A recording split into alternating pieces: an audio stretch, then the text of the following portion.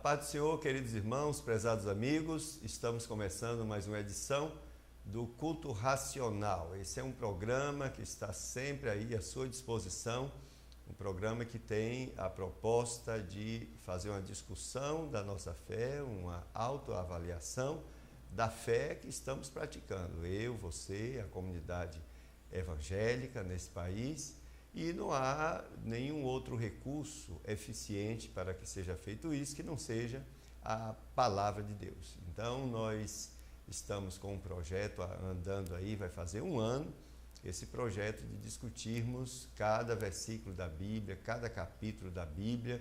Escolhemos o livro de Romanos, por ser um livro muito profundo, né, nas doutrinas cristãs, e começamos esse projeto em fevereiro deste ano. Daqui a 2 meses completaremos um ano desse projeto de leitura e meditação em cada versículo bíblico e começamos com Romanos. Hoje ainda estamos no capítulo 2 de Romanos. Programa passado introduzimos uma nova discussão dentro do capítulo, aí são os últimos versículos do capítulo, que é o apóstolo Paulo falando sobre a circuncisão, né? A circuncisão e falando da verdadeira circuncisão. Aí, claro, abre-se um leque para discussões diversas, né, dentro da doutrina cristã sobre essa questão e é um tema riquíssimo que hoje a gente vai dar continuidade. Eu quero convidar você para uma oração. Vamos orar ao nosso Deus para que Ele tenha misericórdia de nós e nos abençoe neste momento. Ó Senhor nosso Deus, bendito, exaltado é o Teu nome. Senhor amado, mais uma vez, Senhor, estamos na Tua presença, Senhor, com essa oportunidade tão boa de lermos e meditarmos na Tua santa palavra, Senhor. A palavra que o Senhor revelou aos homens pelo Teu Santo Espírito, a palavra que para nós é vida, é luz para os nossos caminhos, a palavra que nos liberta, Senhor, e nos liberta verdadeiramente, Senhor, a verdade que o Senhor revelou aos homens. E nós nos encontramos felizes, satisfeitos, honrados, privilegiados, Senhor, pelo fato do Senhor nos oportunizar, fazer uso da Tua santa palavra neste programa, Senhor. Nesse momento, nós rogamos a Ti que o Senhor, ó Senhor, nos perdoe os nossos pecados, Senhor. Tu conheces as nossas fraquezas, Senhor. Eu quero, inclusive, pedir perdão pelos pecados dos nossos ouvintes também, porque todos nós somos pecadores, Senhor, os nossos internautas, que o Senhor, nesse momento, os contemple com essa graça, a graça do arrependimento, Senhor. Nos ajude a nos arrependermos diante de Ti, diante da Tua santidade, diante da Tua justiça, para que possamos, Senhor, ser aceitos diante de Ti, para prestar esse culto, essa meditação, sermos usados poderosamente pelo Teu Santo Espírito. Perdoa-nos, portanto, os pecados, em nome de Jesus, Teu Filho amado, que derramou sangue precioso ali na cruz do Calvário. Senhor, agradeço a Ti por Jesus Cristo. Sem Ele não estaríamos falando contigo diretamente, sem Ele não teríamos a nossa certeza de salvação, sem Ele não teríamos o nosso nome escrito no livro da vida. Eu dou graças a Ti por todas as bênçãos, Senhor, principalmente a bênção da nossa salvação. E nesse momento eu rogo, ó Santo Espírito, que o Senhor nos contemple nesta manhã. Senhor, que o Senhor nos ajude, nos dê iluminação, a direção, Senhor. Coloque em nossos lábios, no nosso coração, tudo aquilo que for a Tua vontade, Senhor, para todo o projeto de Deus que o Senhor queira lançar sobre as vidas dos nossos internautas através deste momento importante, Senhor, da meditação da Tua palavra. Que a Tua palavra alcance, Senhor, os corações, restaure vidas, reconstrua lares, Senhor. Que a Tua palavra, que é poderosa, que é vida, seja abundante, Senhor, e seja impactante neste momento, Senhor. Alcance aqueles que nos ouvem, que sejam abençoados, meu Pai, em nome de Jesus. É a nossa oração. Amém. Amém, queridos. Eu gostaria de continuar a leitura. Vez passada, nós avançamos um pouco versículos 24 e 25. Hoje a gente vai ler o 26, 27, 28 e 29, quer dizer, vamos continuar a leitura e já avançando no versículo 26, né, na meditação de hoje, no versículo 26. Mas eu gostaria de ler desde o 23, Romanos 2, 23, que diz assim: Tu que te glorias na lei, desonras a Deus pela transgressão da lei, porque, como está escrito, o nome de Deus é blasfemado entre os gentios por causa de vós.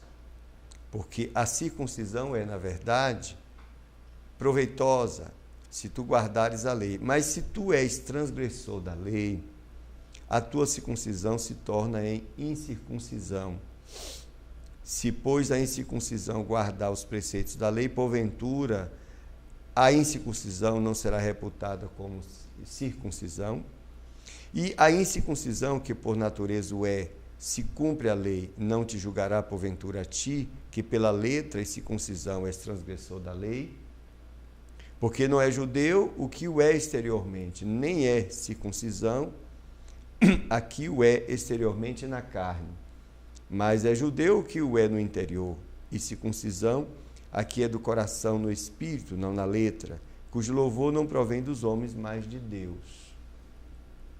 E aqui está a continuação, né, da nossa discussão, da nossa meditação do programa passado, onde nós começamos falando sobre o cuidado que os judeus, né, os líderes religiosos tinham até de pronunciar o nome de Deus.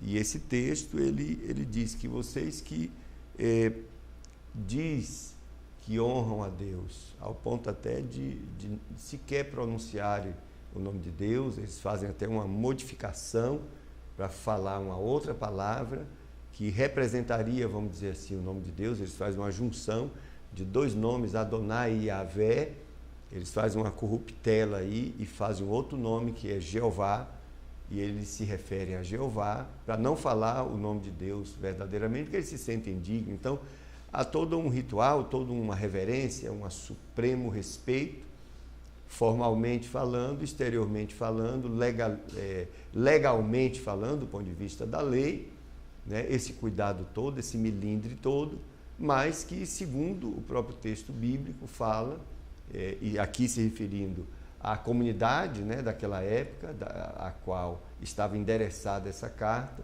segundo o que está dito aqui, o Espírito de Deus usa Paulo para criticá-los. Que apesar dessa reverência toda, dessa aparência toda, dessa hipocrisia religiosa, a vida deles fazia com que, o mau testemunho deles, fazia com que os gentios, os povos que estavam ao redor dos judeus, blasfemavam contra o nome de Deus por causa deles. E isso é gravíssimo, isso nós até fizemos uma aplicação para os nossos dias, falando da importância do testemunho, principalmente do testemunho de lideranças, né, que se colocam como, às vezes, superiores ao povo, mas que, em termos de testemunho, estão muito aquém daquilo que Deus exige deles. E isso faz com que as pessoas, na nossa nação, por exemplo, as pessoas rejeitem completamente a pregação do Evangelho, desonram a Deus, muitas vezes por causa do péssimo testemunho da comunidade nesse país e particularmente de algumas lideranças. Isso é lamentável. Era o que acontecia aqui, tá? E aí o apóstolo ele faz uma crítica direta a algo que para os judeus era essencial, era supremo, que era a questão da circuncisão, que nós explicamos na vez passada, a circuncisão como sendo era uma pequena cirurgia feita no prepúcio do pênis humano, do homem, né, dos machos. Isso foi um pacto que Deus fez com Abraão para todas as gerações, perpetuamente. Foi feito esse pacto com Abraão.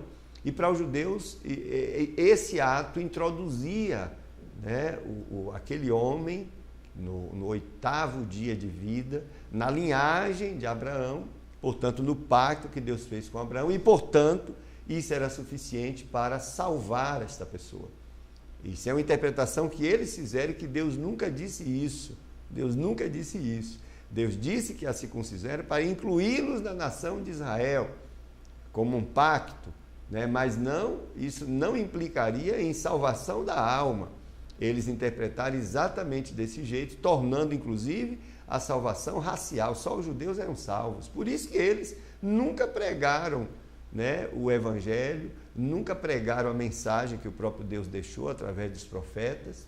Teve um chamado Jonas que tentou fugir para não levar a mensagem de arrependimento, né, que Deus a estava enviando para aquela nação, para uma nação gentílica, né? E ele recuou, ele rejeitou. Não havia cultura nem interesse. Gentios para eles não significavam nada, e Jonas rejeitou. E Deus o obrigou a ir para pregar para aquele povo lá na cidade de Nínive, que se arrependeu com a pregação. Só para você perceber que, em termos de missionários, vamos dizer assim, só houve um, né? Especificamente houve um, fora o papel dos profetas, etc. Mas missionário da nação de Israel, aconteceu um que não quis ir, para vocês verem como era a visão que se tinha de uma sociedade superior, escolhida por Deus, mas Deus os escolheu para levar o Messias às nações e não para discriminar as nações, e eles fizeram exatamente isso, discriminaram e não levaram o Messias. E quando o Messias veio, e eles viram o Messias pregando, oferecendo a salvação gratuita para todos os povos, porque Deus amou o mundo, não foi só os judeus, e enviou Jesus para o mundo todo, não foi só para os judeus, eles rejeitaram o Messias. O apóstolo João diz assim: ele veio para os que eram seus, né, e os seus o rejeitaram, mas a todos quantos o receberam, deu-lhes o poder de serem feitos filhos de Deus, né? Esse é o evangelho de Jesus Cristo. E, portanto, o apóstolo agora, ao criticar o péssimo testemunho de vida deles, péssimo testemunho de fé, e claro, né, dentro dessas péssimas coisas, o fato dessa nação ter rejeitado, né, o seu chamado missionário para o mundo.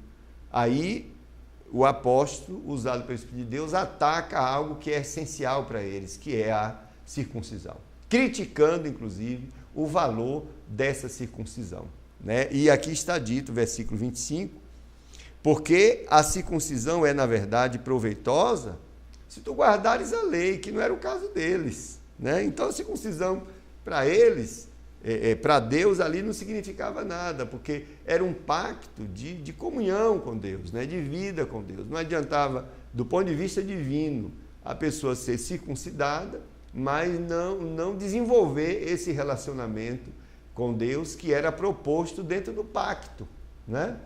E é por isso que o apóstolo diz: a circuncisão é na verdade proveitosa se tu guardares a lei, que ninguém guardava. Mas se tu és transgressor da lei, observe, a tua circuncisão se torna em incircuncisão. E aí a gente volta àquela discussão do programa passado, quando a gente se referiu à frase: você é um incircunciso. Isso era muito ofensivo. Isso é assim: você é inferior, você está perdido, sem nenhuma condição de entrar na família de Deus, né? Nós é que somos superiores a você, nós é que somos salvos. Então, quando considerava alguém incircunciso, era alguém impuro, um judeu.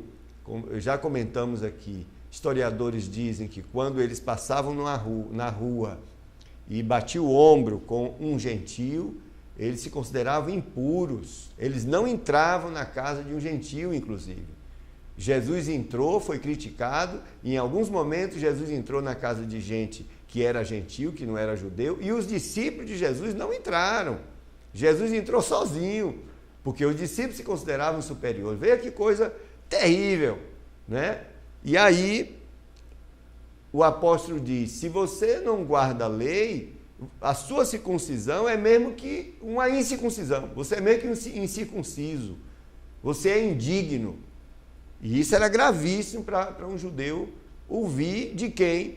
De um ex-rabino, de alguém que convivia com eles, que sabia dos seus costumes, que vivia na intimidade deles, que defendia as suas ideias, mas que agora teve um encontro real com Jesus Cristo, ressurreto, né? Jesus Cristo que ressuscitou, que era vivo e que está vivo até hoje e para sempre, e que transformou a vida desse rabino chamado Paulo. E Paulo agora, conhecendo os dois lados, né? Os dois lados da questão, Paulo agora, usado pelo Espírito de Deus, tem autoridade para criticá-los. Tá? O 26, o versículo de hoje diz assim: se, pois, em circuncisão guardar os preceitos da lei, porventura a incircuncisão não será reputada como circuncisão? Olha o que ele diz aqui. Aqui já é a questão gentílica em jogo. Paulo diz, tem gentios aí que estão nascendo de novo, que estão se arrependendo dos seus pecados, que estão aceitando o Evangelho de Jesus Cristo. Eles estão, né, agora, por causa de Cristo, inseridos na família de Deus. Eles são circuncidados, agora está se tratando da verdadeira circuncisão. Eles são circuncidados e vocês não são. Olha só, se, pois, a incircuncisão, que era como eles consideravam gentios, se, pois, a incircuncisão guardar os preceitos da lei, que agora em Cristo nós cumprimos a lei, né? Aí, porventura, essa incircuncisão que você considera, né, não seria circuncisão. E aí ele vai introduzir a ideia da verdadeira circuncisão. Observe que essa era uma questão digamos assim, historicamente falando, era uma questão nova. Era uma questão nova.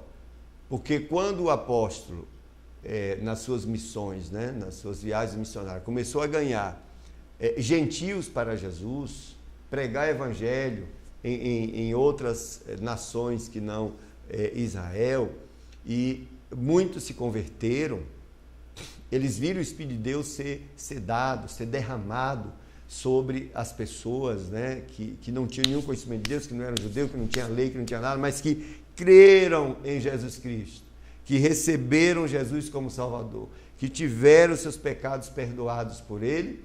Então, criou-se uma dificuldade na comunidade evangélica daquela época, na igreja primitiva, porque a igreja primitiva, particularmente a base dela era em Jerusalém, né? O bispo da igreja era Tiago, havia fariseus que se converteram, sim, fariseus que creram em Jesus, que se converteram, muitos judeus, então aquela igreja era repleta, a grande maioria ali, de pessoas que vieram do judaísmo, mas que creram em Jesus como Messias, mas que precisavam ainda ser educadas com respeito à salvação em Cristo, receber a salvação, mas dentro da cabeça deles o que tinha era judaísmo. Elas precisavam se libertar dessa lógica legalista. E essas pessoas criavam um caso, pressionavam, né, Tiago, lá que era o líder da igreja, porque ficaram sabendo que gentios tinham aceitado Cristo, como eles não podiam negar mais a salvação dos gentios, eles já cresceram nisso, porque antes achavam que a salvação só quem ia ter eram os judeus, mas quando viram Deus batizando com o Espírito Santo, né, pessoas que não eram da comunidade judaica, eles disseram, bom, se Deus fez isso, Deus confirmou, né, a salvação dos gentios. Então, se Deus confirmou, quem somos nós para negar? Só que isso é um ponto positivo, sim, claro que é. Só que tinha outros pontos. Por exemplo, eles se converteram, mas eles vão ter que cumprir a lei também. Eles vão ter que ser circuncidados também. E aí houve briga, houve discussão, houve um problema na igreja primitiva, Paulo defendendo o evangelho de Jesus Cristo, né? E outros, como essa comunidade, alguns fariseus, pessoas poderosas inclusive na igreja, pressionando Tiago. E aí houve, eu vou abrir um parêntese agora para ler o capítulo 15 de Atos, para você ver o que aconteceu ali na igreja primitiva, porque eles queriam, de qualquer forma, que os gentios fossem circuncidados, sem entender que a salvação, né, seria representada por uma verdadeira circuncisão, que na realidade é o novo nascimento. Eles não tinham entendido isso ainda. Eram nascidos de novo? Eram nascidos de novo, porque eles tinham recebido Cristo como Salvador, o Espírito de Deus morava em suas vidas, mas eles precisavam aprender a doutrina cristã, precisavam aprender nova proposta, o novo pacto, não é mais agora o pacto de Abraão, o novo pacto que Deus faz com os homens, com qualquer homem. Em Cristo, qualquer um pode ser salvo, independente de ser judeu ou não. Até porque a salvação nunca foi racial, Deus nunca disse isso. Isso foi interpretação deles. Mas agora em Cristo, qualquer homem pode ser salvo. E salvação, ela começa com o novo nascimento. O novo nascimento é uma transformação, é uma regeneração que ocorre no coração do homem, é no homem interior. E é isso que Paulo se refere à circuncisão no coração, no homem interior. Era disso que estava sendo falado. E observe que lá em Atos 15 havia essa dificuldade. Vamos ver o primeiro concílio, talvez o único concílio em toda a história da humanidade, onde o Espírito de Deus teve a chance de falar. Porque de lá para cá, o que tem é muita carnalidade nas nossas convenções, é muita decisão política, pouca oração. E eu acho difícil que o Espírito de Deus tenha a liberdade que teve aqui nesse dia. Mas aqui teve briga também. Só que no final, você percebe que a cristandade saiu ganhando, o povo de Deus saiu ganhando, porque o Espírito de Deus, né, atuou, mesmo no meio de uma certa carnalidade. Hoje, temos tudo isso e muito mais, e no final não temos certeza se foi o Espírito de Deus que agiu na nossa convenção, que agiu nos nossos concílios. Por isso que eu defendo a tese que essa aqui foi a última, o único concílio, a única convenção que de fato houve aqui na cristandade. Bom, e o texto diz assim: então, alguns que tinham descido da Judeia ensinavam assim os irmãos: se vos não circuncidardes conforme o uso de Moisés, não podeis salvar-vos. Olha que absurdo! Eles ensinavam que a circuncisão salvava. Era assim que os crentes primitivos pensavam.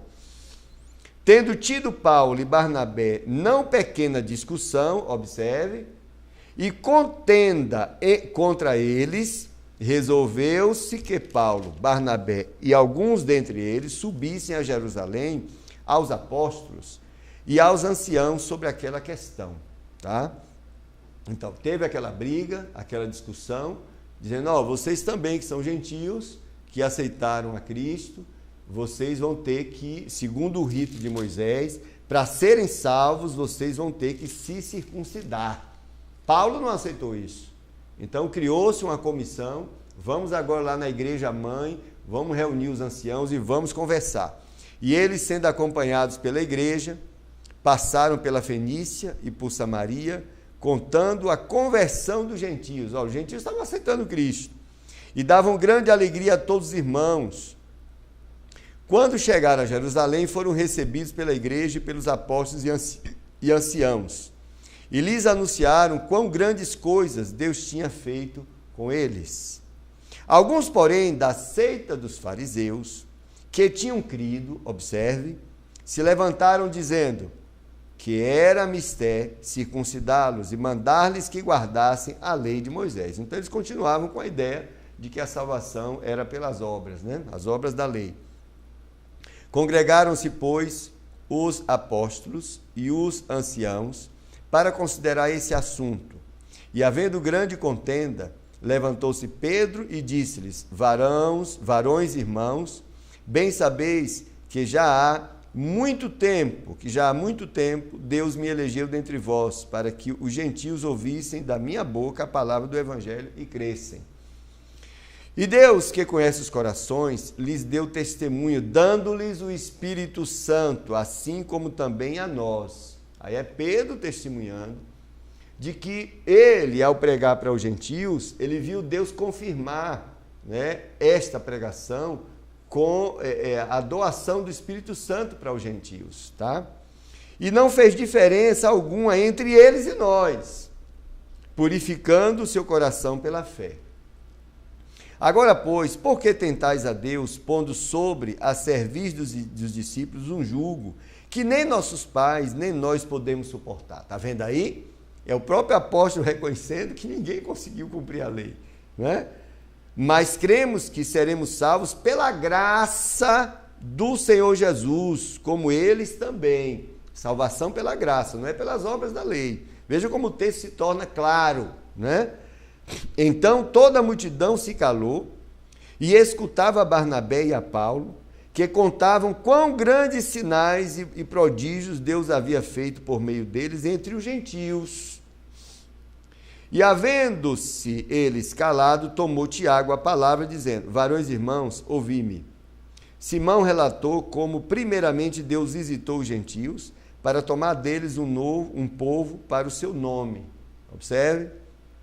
E com isso concordam as palavras dos profetas, como está escrito: depois disso voltarei e reedificarei o tabernáculo de Davi, que está caído, levantá-lo-ei das suas ruínas e tornarei a edificá-lo, para que o resto dos homens busque ao Senhor. Observe.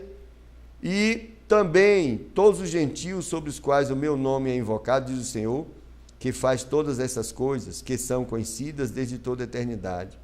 Pelo que julgo que não se deve perturbar aqueles dentre os gentios que se convertem a Deus. Esse foi o entendimento do Espírito de Deus, né? Mas escrever-lhes que se abstenham das contaminações dos ídolos, da prostituição, do que é sufocado e do sangue, tá? Isso aqui já é uma pressãozinha aí dos fariseus, etc. Não, tá bom, eles são salvos, agora, olha, não pode comer sangue, tem que se abster da prostituição, etc. Era o que eles tinham, né, de conhecimento teológico dentro dessa dimensão da graça agora manifestada. Porque Moisés, desde os tempos antigos, tem em cada cidade quem o pregue, e cada sábado é lido nas sinagogas. Então, pareceu bem aos apóstolos e aos anciãos, com toda a igreja, eleger varões dentre eles e enviá-los com Paulo e Barnabé a Antioquia, a saber, Judas, chamado Barsabás, e Silas, varões distintos entre os irmãos. E por intermédio deles escrever o seguinte: observe digamos assim, o parecer, né, nessa confusão toda. Os apóstolos, os anciãos e os irmãos, aos irmãos dentre os gentios que estão em Antioquia, Síria e Cilícia, saúde. Porquanto ouvimos que alguns que saíram dentre vós vos perturbaram com palavras e transtornaram a vossa alma, não lhes tendo nós dado o mandamento, pareceu-nos bem, reunidos concordemente, eleger alguns varões e enviá-los com os nossos amados Barnabé e Paulo, homens que já expuseram a vida pelo nome do nosso Senhor Jesus Cristo. Enviamos, portanto, Judas e Silas, os quais de boca vos anunciarão também o mesmo. Na verdade, pareceu bem ao Espírito Santo e a nós não vos impor mais encargo algum, senão estas coisas necessárias: que vos abstenhais das coisas sacrificadas aos ídolos e do sangue e da carne sufocada e da fornicação. Destas coisas fareis bem se vos guardardes, bem vos vá. Tendo-se eles então despedido, partiram para Antioquia e, ajuntando a multidão, entregaram a carta. E quando a leram, alegraram-se pela exortação. Tá? Depois Judas e Silas, que também eram profetas, exortaram e confirmaram os irmãos com muitas palavras. E detendo-se ali algum tempo, os irmãos os deixaram voltar em paz para os apóstolos. Mas pareceu bem a Silas ficar ali, e Paulo e Barnabé ficarem em Antioquia, ensinando e pregando com muitos outros a palavra do Senhor. Então, o problema foi parcialmente resolvido, porque lá adiante há uma recaída na comunidade de Gálatas, né? Mas o tempo passou. Bom, o apóstolo Paulo foi usado por Deus também para trabalhar essa questão lá entre os Gálatas, né? A carta de Gálatas ela fala especificamente sobre isso, a questão da lei, das obras da lei, a questão da graça, etc.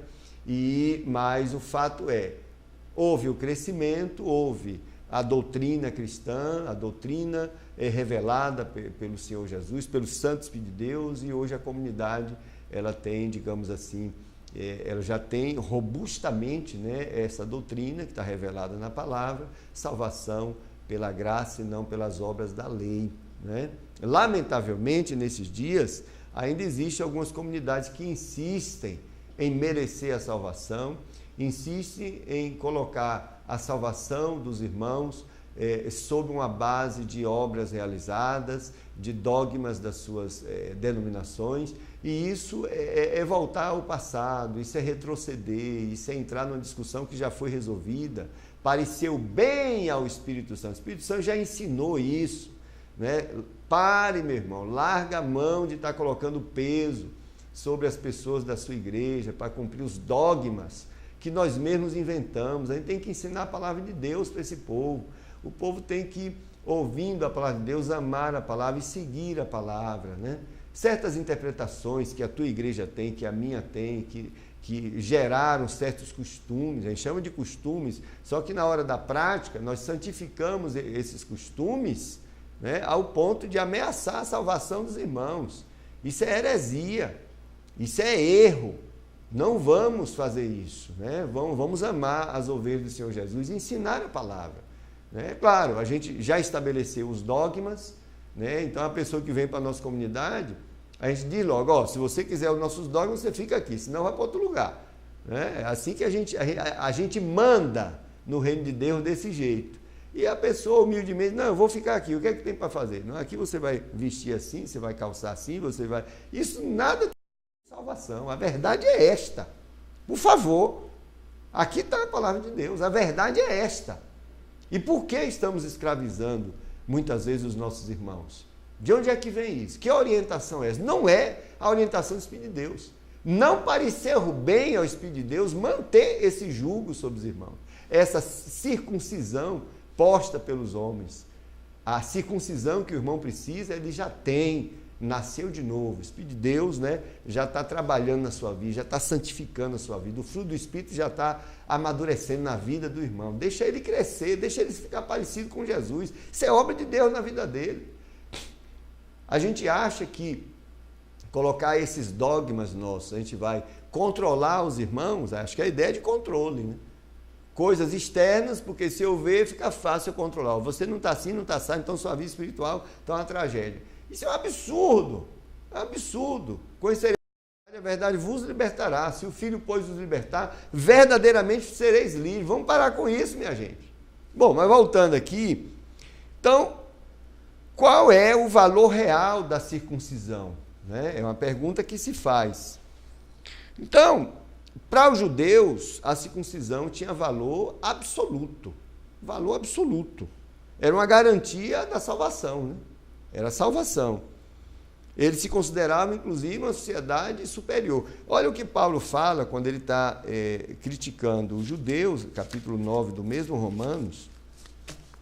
Ele apresenta porque alguém questionou ele, a autoridade dele, etc.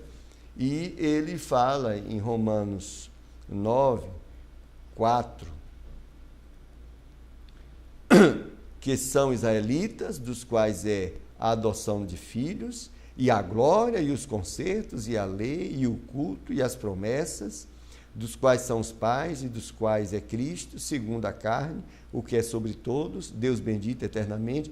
Amém. Quer dizer, Paulo apresenta aqui, né, características desse povo judeu, né, os méritos e os privilégios que eles tiveram, mas isso aqui é uma crítica para que eles não se orgulhem disso ao ponto de desprezar as pessoas, né, ao ponto de condenar as pessoas. Nós já vimos nesse mesmo capítulo 2 que quando eles criticavam, eles reclamavam dos gentios, o sentido era de condená-los.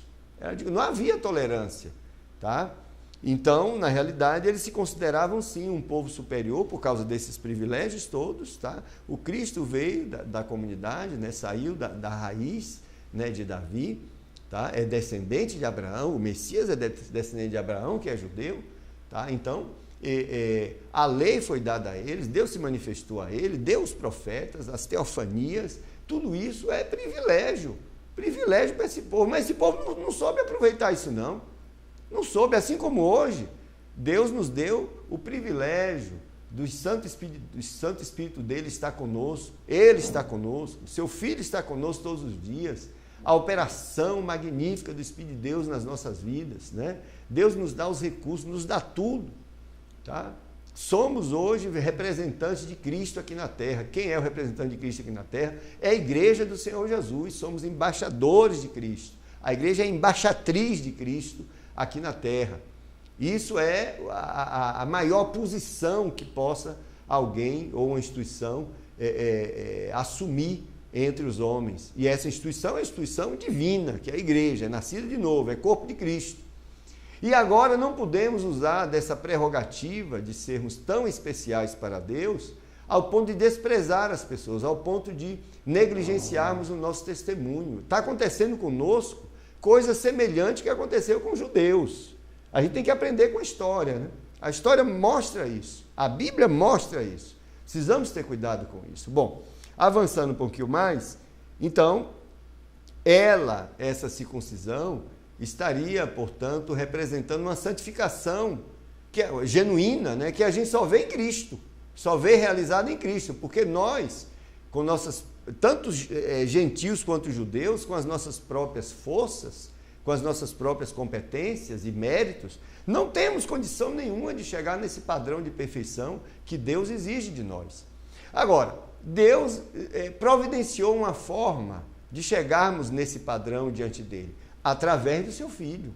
É através do seu Filho. A Bíblia diz, Colossenses 2,10, que nós estamos perfeitos nele. Em Cristo, Deus nos vê com perfeição, né? Nos vê em perfeição, aliás. Então, e a circuncisão, como eu disse, ela identifica o cidadão com a geração de Abraão.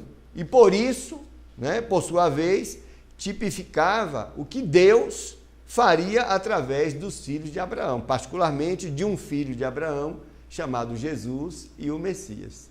Então, a circuncisão tinha um paralelo aí, né, com a vinda do Messias, vamos dizer desse jeito. Só que o Evangelho, ele mostra não a circuncisão externa, que era apenas um símbolo da circuncisão verdadeira que viria em Cristo Jesus.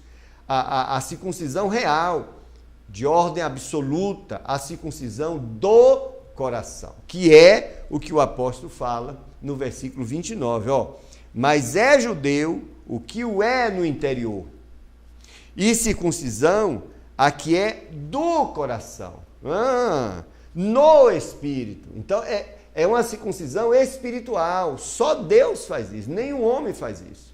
Uma pessoa pode pegar o prepúcio de uma criança de 8 dias e fazer uma cirurgia, isso é obra dos homens, de mão dos homens, mas a circuncisão espiritual, que é a verdadeira e que está posta pela graça através da obra da cruz e ressurreição de Jesus Cristo, está disponibilizada para todos nós, sob a ação do Espírito de Deus. Essa circuncisão, que é a verdadeira e a espiritual, que é feita no coração e no espírito, como diz o texto, é feita por Deus. Não é homem que faz isso. Ninguém tem competência de fazer uma transformação espiritual na sua vida e na minha vida. É o Espírito de Deus, que diz a Bíblia, se comunica com o nosso espírito. É Ele que tem essa competência, porque Ele foi que criou, Deus foi que criou o homem, o corpo do homem, a alma do homem, o espírito do homem. Foi Deus que fez. Só Ele conhece o caminho de alcançar o meu espírito e o teu espírito. Nós ficamos na periferia. O que o homem faz fica na periferia, mas só quem dá transformação genuína no interior do homem é o Espírito de Deus. A palavra de Deus, inclusive, diz que a palavra, ela penetra até a pequena e tênue divisão entre alma e espírito. A palavra de Deus vai lá no interior, lá dentro do espírito do homem e faz a transformação. Essa é a verdadeira circuncisão, que é o que o apóstolo diz. Não na letra, cujo louvor não provém dos homens, mas de Deus. É Deus que faz. Colossenses 2,11. Colossenses 2,11. Bom, nosso tempo, não sei se acabou, mas eu vou ainda ler um bocadinho aqui, porque o cronômetro fechou aqui. O cronômetro apagou. Mas Colossenses 2,11 diz assim: no qual também estáis circuncidados, com a circuncisão não feita por mão do despojo do corpo da carne, mas a circuncisão de Cristo. É a circuncisão por meio de Jesus, que Jesus Cristo faz, a obra dele, né, proporciona eu e você ficarmos circuncidados, né, diante de Deus, né, ou seja, inseridos na família de Deus, e isso é o Espírito de Deus que faz, tá? Então, eu soube que parece que tem igreja aí evangélica onde as pessoas estão querendo se circuncidar. Irmão, para com essa ignorância, irmão. Me permita. Estamos diante da palavra de Deus. Me permita dizer isso. Isso é ignorância da palavra. Se o membro da sua igreja, ou se você já nasceu de novo, você já foi circuncidado no Espírito. E é a verdadeira circuncisão. Você não precisa ser judeu. A circuncisão é para tornar o fulano, né, descendente de Abraão, vamos dizer, identificar ele como descendente de Abraão. Você não precisa ser descendente de Abraão para ser salvo. Aliás, os salvos já são por tabela, né, herdeiros da fé. Eles são justificados pela fé, como Abraão foi justificado pela fé. Mas eu não me torno israelita quando eu aceito Cristo como meu Salvador e nasço de novo. Mas eu serei um Israel espiritual. A gente usa até essa analogia aí, que não é muito boa, mas o que nós somos, de fato, é a igreja do Senhor Jesus. Igreja do Senhor Jesus que cabe todo aquele que se arrependeu, que cabe todo homem e toda mulher que se arrependeu dos seus pecados e tem seus nomes escritos no livro da vida e foram inseridos no corpo de Cristo. Nada tem a ver com ser judeu. E um judeu pode ser igreja? Pode, desde que ele se arrependa também de seus pecados. Então, ser judeu não garante salvação para ninguém. Tem igreja aí completamente judaizada, até o culto é judaizado. Tem que tocar chofar, o pastor tem que ter aquele negocinho do judeu, tem que ter castiçais na igreja, aqueles símbolos judaicos. Para com isso, minha gente. Lê o livro de Gálatas. Gálatas, parece que quando eu sair de Romanos, eu vou entrar em Gálatas. Gálatas esclarece isso. Gálatas diz assim, irmão, vocês estão sendo ignorantes. Vocês não aprenderam sobre a graça, ainda não foi? Bom, então, a lei apontava para a realidade que viria em Cristo, a realidade em Cristo, o que Cristo trazia. Nós lemos, né, que a lei, como aio, ela ia educando as pessoas mas apontando para Cristo. A lei, portanto, requeria uma perfeição que as pessoas não tinham competência, condições, méritos, etc., para cumprir, porque a lei mostrava os ideais de Deus, era um rascunho da verdade revelada. Na realidade, a plenitude da verdade veio em Jesus Cristo, a graça e a verdade vieram por Jesus Cristo, mas a lei apontava para Cristo, apontava para a perfeição de Deus, apontava, né, requeria essa perfeição, e como apontava para Cristo, a lei dizia que essa perfeição, ela viria em Cristo, seria alcançada através e somente através de Jesus Cristo. Então, em Cristo, hoje sabemos que qualquer pessoa, marginal, né, as piores pessoas da humanidade, os mais criminosos, qualquer um, a graça do Senhor o alcança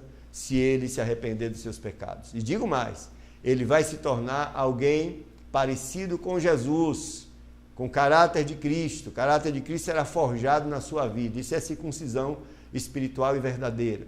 Essa pessoa vai trilhar um caminho aqui, em comunhão com Deus. O Espírito de Deus vai transformar a sua vida.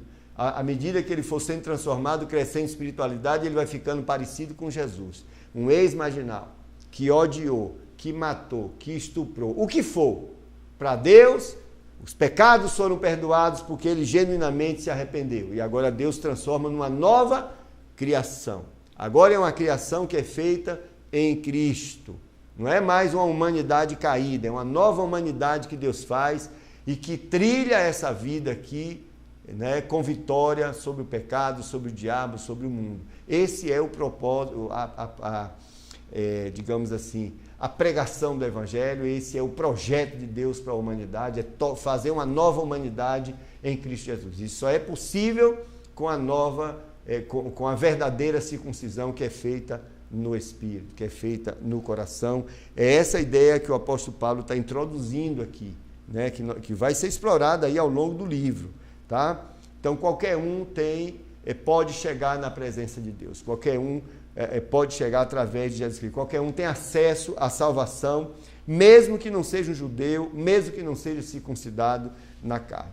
A lei, sabemos, quando ela é interpretada corretamente, observa-se que ela é de natureza genuinamente espiritual, né? Eminentemente espiritual. A lei é espiritual. Ela exigia uma santidade, mas não aquela santidade do ritualismo, da aparência, dos atos externos, que foi o que o judaísmo fez, né? Mas a lei apontava para a santidade em Cristo, né? Como resultado de uma transformação do homem, transformação interior, no homem interior, e que isso é possível se esse homem tiver contato com o Espírito de Deus, que é o Espírito de Deus que faz essa transformação. Quem é a entrada, né, para essa glória, né, de ser transformado pelo Espírito de Deus? O intermediador disso é Jesus Cristo, foi Ele que nos abriu o caminho. Então é através da fé em Jesus Cristo, é através do arrependimento diante da realidade que Jesus é o Salvador. Quando eu me arrependo dos meus pecados, entrego minha vida ao Senhor Jesus, eu sou introduzido imediatamente no reino de Deus. O Espírito de Deus vem na minha vida e me transforma. Me transforma. Minha transformação contínua, inclusive. Transformação de caráter e assim vai, para que sejamos, né, parecidos com Jesus. Jesus é o padrão. Ele é o varão perfeito, né? E nós crescemos até essa estatura do varão perfeito. Um crescimento contínuo. A lei apontava para isso. Ela não dava essa condição, mas ela apontava para isso. Aí você vê o equívoco, né, dessa interpretação judaica, né? O equívoco. É tanto que é equivocado que não gerou espiritualidade. Gerou foi carnalidade. Qualquer coisa, irmão, por mais bem intencionada que for, que você for fazer na sua vida, na sua comunidade, onde for, mas que não gerou espiritualidade, só gerou espiritualidade, não vale de nada, não foi Deus que fez, não houve direção do Espírito de Deus. O Espírito de Deus sempre vai nos dirigir para fazermos coisas bonitinhas ou não, coisas que aparecem ou não, mas sempre nessa direção de produzir espiritualidade, crescimento em espiritualidade.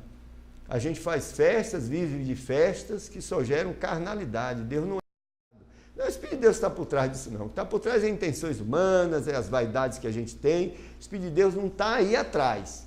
O Espírito de Deus está sempre levando a igreja na direção da glória de Deus, na direção de crescimento de espiritualidade. Bom, essa transformação interna, a lei não fazia, né? Não era produto dela, mas era requerido por ela. E ela apontava a direção na qual as pessoas poderiam chegar nessa transformação. Quem é que faz essa transformação? Essa transformação, ela é proporcionada, como eu já disse, por Jesus Cristo. Mediante o quê? A ação do seu Santo Espírito. O Espírito de Deus é a pessoa divina que aplica na vida do penitente, daquele que crê, daquele que se arrependeu. Ele aplica todos os méritos de Jesus Cristo na vida desse homem, dessa mulher que se arrepende. Tudo aquilo que Jesus realizou, e Jesus é a sua humanidade, a sua perfeição, o Espírito de Deus vai trabalhar na minha vida e na sua vida para nos levar a essa estatura do varão perfeito. Ele é a pessoa divina, é o agente divino que vai atuar 24 horas na minha vida com esse objetivo. Isso é plano de Deus. Quem possui, portanto, essa realidade espiritual é o que Paulo fala no versículo 29, essa pessoa é um genuíno, né, um autêntico judeu, olhando desse ponto de vista, tá? E não aquilo que eles faziam. Agora, quem poderia outorgar essa circuncisão do coração? Só pode ser Cristo. Cristo é o único, como eu já disse, é a pessoa divina. É o projeto divino, é obra do ser divino, é obra espiritual. Homem nenhum pode fazer isso. Não é a cirurgiazinha lá no pênis humano que vai fazer, ela não tem essa competência, né? No versículo 26, portanto, Paulo se referia aos gentios que se haviam convertido, quando ele diz assim: se, pois, a incircuncisão guardar os preceitos da lei, observe, porventura a incircuncisão não será reputada como circuncisão, né? Então, Paulo está se referindo aqui àquelas pessoas consideradas incircuncisas, mas que nasceram de novo e foram verdadeiramente circuncidadas. né, pela circuncisão do coração no interior, operada pelo Espírito Santo. E por causa da direção do Espírito, elas já estão em Cristo, cumprindo toda a lei. É isso. Deus abençoe você.